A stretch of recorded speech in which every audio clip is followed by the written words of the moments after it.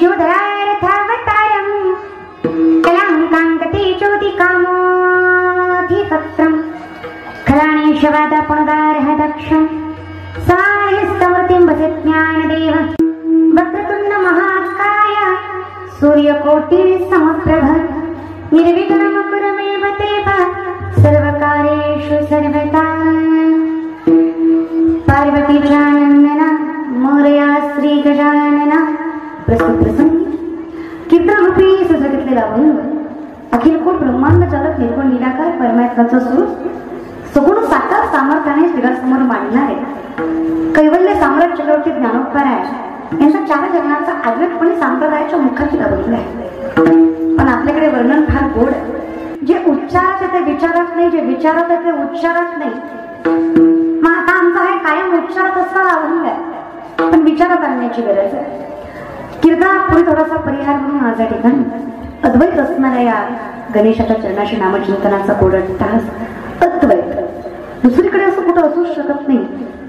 अगदी गोड निष्ठावंत आणि प्रभावशाली असणारी ही परमात्म्याची जागा आणि हालत्यावर चालू करायची. त्यामध्ये हा नामचिंतनाचा गोड अट्टहास या गणेशाच्या कृपेने सर्वस्वला हा अखंड ऋण सप्ताह येथील आजचा प्रथम दिवस त्यानिमित्ताने कीर्तन रूपी सभा माझ्या पदरात पडली. माझे परम भाग्य समजतं.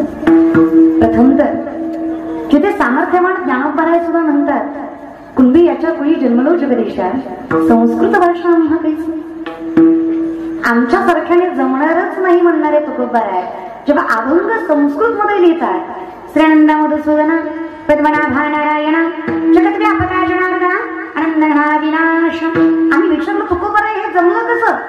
तुकोबराय म्हणले तुम्हाला अजूनही कळलं नाही. तुका म्हणे माझं बोलविता देव आपुली या बळी नाही मी बोलत सखा कृपादंत वाचा त्याची साळुंकी मंजुळ बोलत असे वाणी शिकविता धनी वेगळाची.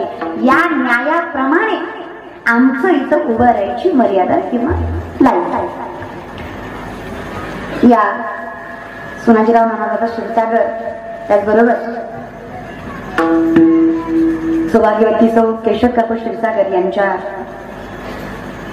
आशीर्वादाने सर्व संतांच्या महतांच्या आशीर्वादाने हा नामचिंतनाचा गोड अट्टहास संयोजक आमदार संदीप दादा क्षीरसागर समस्त ग्रामस्थ मंडळी नवगण राजुरी सर्व सत्तामधील खालीचा खालीचा वाटा ज्यांचा आहे या सर्वांच्या माध्यमातून रवींद्रदादा अध्यक्ष श्रीमंत देवस्थान राजुरी आणि ज्यांच्यामुळे मला येण्याचा योग आला किंवा ज्यांच्यामुळे मी आले असे आमचे गुरुवर्य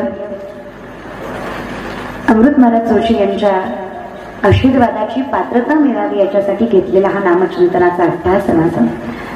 त्यांच्या आशीर्वादाची पात्रता मला मिळावी त्यांच्या आशीर्वादाच्या पात्रतेचं आम्ही व्हावं तेपर्यंत आम्ही पोहोचू ही परमात्म्याकडे केलेली छोटीशी माफक अपेक्षा मकरंददा यांच्या माध्यमातून घेतलेली ही सेवा ज्यांच्याकडे आम्ही जेवायला गेलो असे आमचे राजूभाऊ वकील दादा सगळ्यांच्या गोड सायासाने आणि त्यांच्या प्रेमाने इथपर्यंत पोहोचलो. अगदी गोड माणसं आहात तुम्ही. माझं परम भाग्य आहे खूप मोठं भाग्य आहे की ते कीर्तन करण्याची संधी आहे. ती सुरुवातीलाच म्हटलं ही पात्रता परमात्म्याची कृपा आहे आमच्यावर बाकी काहीच नाही. ज्ञानोबरायांची ओढ आहे तुकोबरायांची ओढ आहे बाकी काहीच नाही. आणि त्याच न्यायाने आमच्या ज्ञानोबराय सांगतात तेव्हा जिथे आम्ही हरीचा दास पावा ना तिथे आम्हाला सिद्ध साधायची गरजच नाही. हा अभंग ज्ञानेश्वरी ऐकायलाही सोपी वाचायलाही सोपी. ज्ञानेश्वरी ऐकायलाही सोपी वाचायलाही सोपी. हरिपाठ जरी ऐकायला वाचायला सोपा असला करायला फार किचकट आहे. हरिपाठ इतकं किचकट काय. प्रथम चरणे तिने मुक्तीचारी साधी आल्या साधी आली हा भूतकाळ आहे. साधी आल्या साधून झाल्या म्हणजे शब्दशः अर्थ याचा असा नाहीये की तुम्ही देवाच्या दारात थांबल्यावर तुम्हाला मुक्त्या साधल्या जातात. याचा अर्थ असा आहे तुम्ही देवाच्या दारात क्षणभर जरी थांबलात तरी तुम्हाला मुक्त्या साधायची गरज नाही. हे वर्णन आहे ज्ञानोबरायांचं. ही ज्ञानोबरायांची भाषा ही थोडी किचकटच असणार. मग आम्ही विचार केलं क्षणभर जर मुक्त्या साधायची गरज पडते तर नामचिंतनाने काय अट्टहास बघा. तर नामचिंतनाचा अट्टहास आम्ही विचार करते ज्ञानियांचे ज्ञानी योगी यांचे योगी जेव्हा हरिमुखे मना म्हणतात तेव्हा आम्ही किती भाग्यवान आहेत. आम्ही दैवाचे म्हणजे आपण किती भाग्यवान आहेत की आपल्याला तो नामचिंतनाचा अट्टहास करायची संधी प्राप्त होती. कृपा आहे माऊलींची आणि कृपा व्हावी त्यांच्या तपश्चर्याने. आणि जगात कुठलीच गोष्ट चमत्कार म्हणून घडत नाही कृपाच असते. पण आजकाल काय झालंय लोकांचा अंगावर विश्वास आहे पण बुक्यावर नाही. हे कळलं त्यालाच कळलं. म्हणजे आमचं कसं आहे, आम्ही फक्त ऍडव्हर्टाइजमेंट पण जातो. आमच्याकडे खोटं बोलत नाही. ज्या देवाचा प्रचार जास्त आहे त्या देवाला गर्दी जास्त आहे. खरंय का खोटे? खऱ्याला खरं म्हणत जा. देवाच्या दारात राहतो तुम्ही वय तरी म्हणत झाली.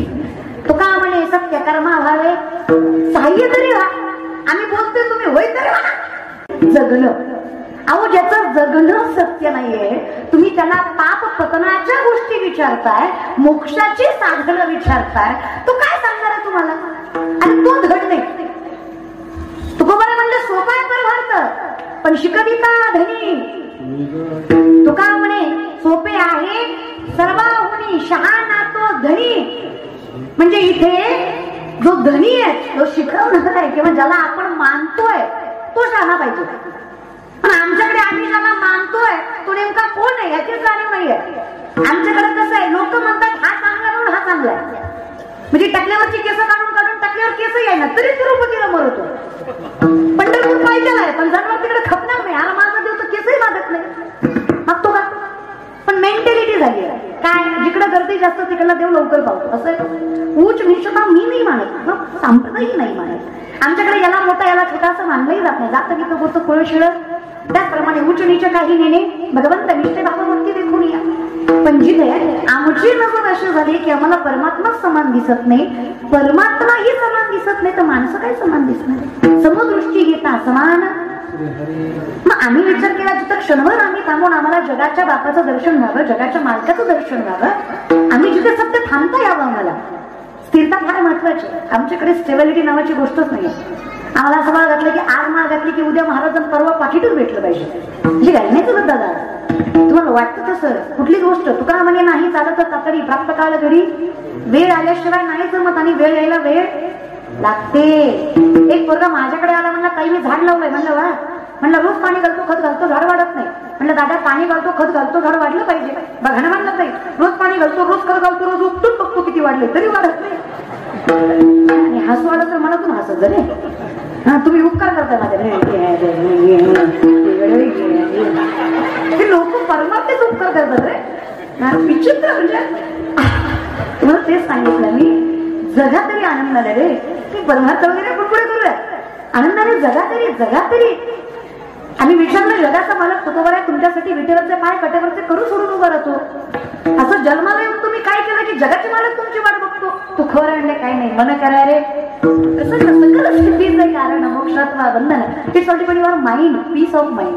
मन शांत नाहीये. त्रिवेणी संगमी नाना तीर्थ भ्रमी औचित्त नाही ना. आम्ही द्वैताची झाडांनी गुरु विनत ज्ञान तया कैची कीर्तन. त्याच्यापेक्षा हरिमुखे लय सोपं मायबा. पण आम्हाला सवय, आमची सवय इतकी विचित्र आहे. आमच्याकडे ज्या साबणाने गोरं होतं ते साबण खपत नाही. ज्या साबणाच्या ऍडव्हर्टाईजला हिरोईन गोरी वापरली ती साबण खपते. आता यांना कोणी सांगा तिची आई गोरी होती म्हणून ती गोरी आहे मायबा. ती काय साबणच झाली का द्या. आणि कळलं तर वाजवा